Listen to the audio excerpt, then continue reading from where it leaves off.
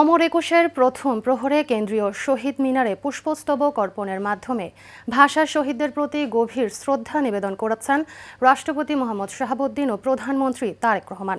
পুষ্পস্তবক অর্পণের পর শহীদদের স্মরণে দাঁড়িয়ে নীরবতা পালনের পাশাপাশি দোয়া মোনাজাতে অংশ নেন তিনি।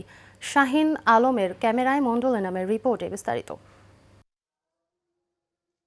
মহান শহীদ ও আন্তর্জাতিক মাতৃভাষা দিবসে প্রথম প্রহরে কেন্দ্রীয় শহীদ মিনারে পুষ্পস্তবক অর্পণের মাধ্যমে ভাষা শহীদদের প্রতি প্রথমে শ্রদ্ধা জানান রাষ্ট্রপতি। এরপর প্রধানমন্ত্রী তারেক রহমান ভাষা শহীদদের প্রতি শ্রদ্ধা জানান।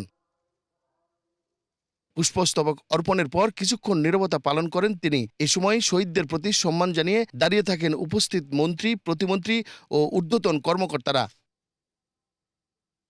বাংলাদেশের ইতিহাসে এই প্রথম কোনো সরকার প্রধান জাতীয় শহীদ মিনারে পুষ্পস্তবক অর্পণের পর শহীদদের মাগফিরাত কামনায় মোনাজাত করেন।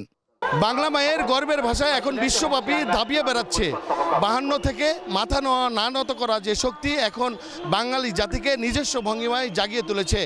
বর্তমান তারেক রহমানের নেতৃত্বে আরও উজ্জ্বল হবে এই শহীদদের ত্যাগ। মণ্ডলের নাম, এশিয়ান টেলিভিশন, ঢাকা।